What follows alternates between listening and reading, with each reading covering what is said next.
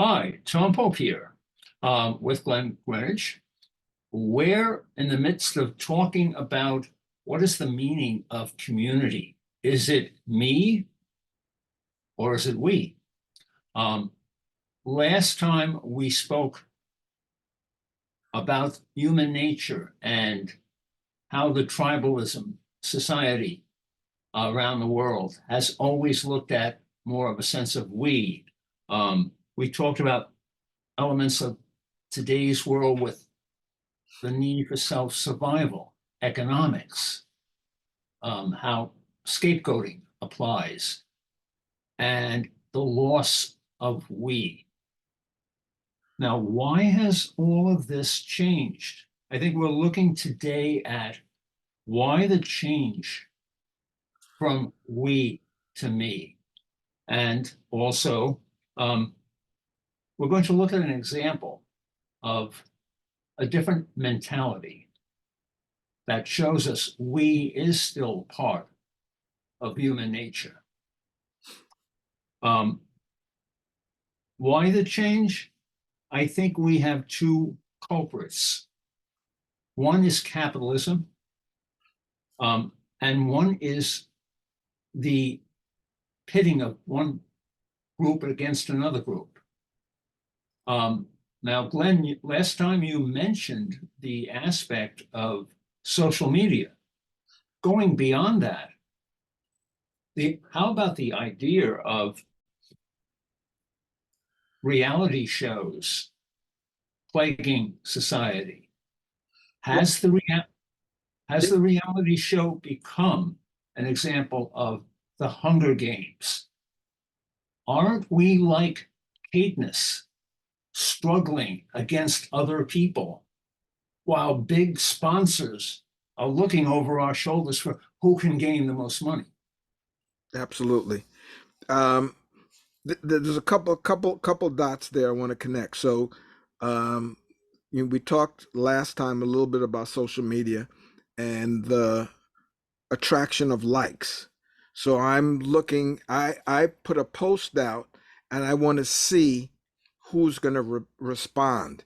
And of course, those who respond and have the followers are now considered influencers. And so I, as a potential influencer, want to big myself up, make myself be this type of person. We also have the instant, we talked a little bit about the instant gratification, instant coffee, ATM, instant money, um, instant fame.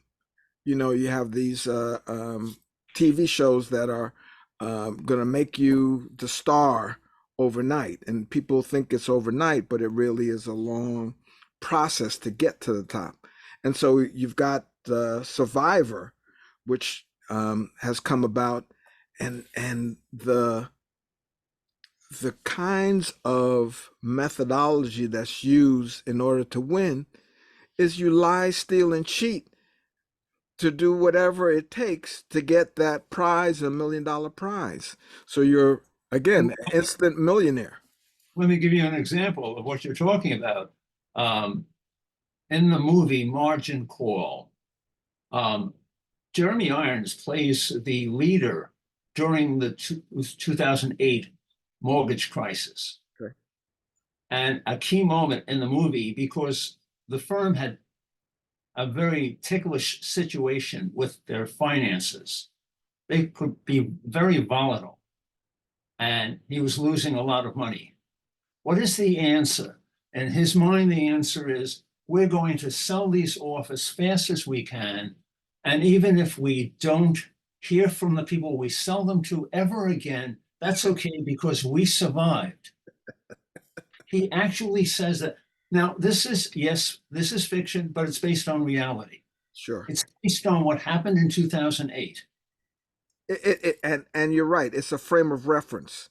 That frame of reference is to protect myself at all costs. Don't care about the we. Don't care about the community. Don't care about anybody else except myself. And I think that has been the trend as we evolved inside of the instant society that we've become. Excuse me. And so even with that, there are um, we're now seeing the ramifications of it in terms of pitting the newcomers, the immigrants, quote unquote.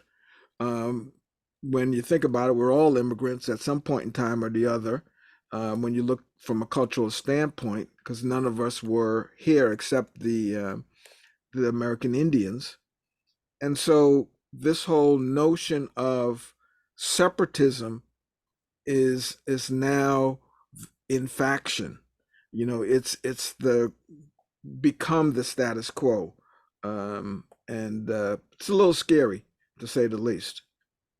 Now, when we talk about those reality shows, there is, well, to show how this goes against human nature. Um, One psychologist, let's see, this is actually from Dr. Jamie Hussman. He warns that the people in the survivor shows, whether you win or lose, you're affected to such a point where it eats away inside of you. Um, Now, if this is happening to the winner as much as the loser, this is becoming almost like PTSD. Sure. Yeah, very much so. I mean, because you know, when we're growing up, you're playing sports. It's a team event. You're supporting the team. You're sacrificing for the team. You might in baseball, you might hit a sacrifice fly to advance the runner to a scoring position, and so on and so forth. Um, and this is what we've learned with team building as it relates to sports. And then you do occasionally hear the the athlete that's, well, if you don't give me more money, I'm leaving. So you do have that occurring, but overall, it's a team concept. And there's the link into the economic system, which happens to be capitalism. Why is that need focused always on the money? I'm remembering an incident when a young child came into a gathering I was in and wanted the answer to a question, scientific question. An adult gave him a quarter after he picked the right answer. Now, is that the right message? We want to find an answer to something because it'll give us money. Funny. We're not trying to find the answer because we want to explore and find out more about the world. We want to find the answer only because we can get the money. you know, uh, I'm laughing because what brings to mind, um, which is something that they do, and I can understand to a certain extent why they would do it, but this whole notion of win or lose, you get a trophy at the end of the day. Now, I understand people feel bad and so on and so forth, but for me, the whole idea is okay, you have to work better as a team. So if you get an individual trophy, regardless if you won or lost, it then says whatever I did was enough and I don't have to do any more. So there's not a whole lot of incentive to take my game to the next level or to have my team take its game to the next level. So there are a lot of little nuances that are occurring in our society that's getting us away from the whole concept of we. Um, Now we have a situation where companies will be dealing more with AI. Now, as they deal with AI, what is really happening?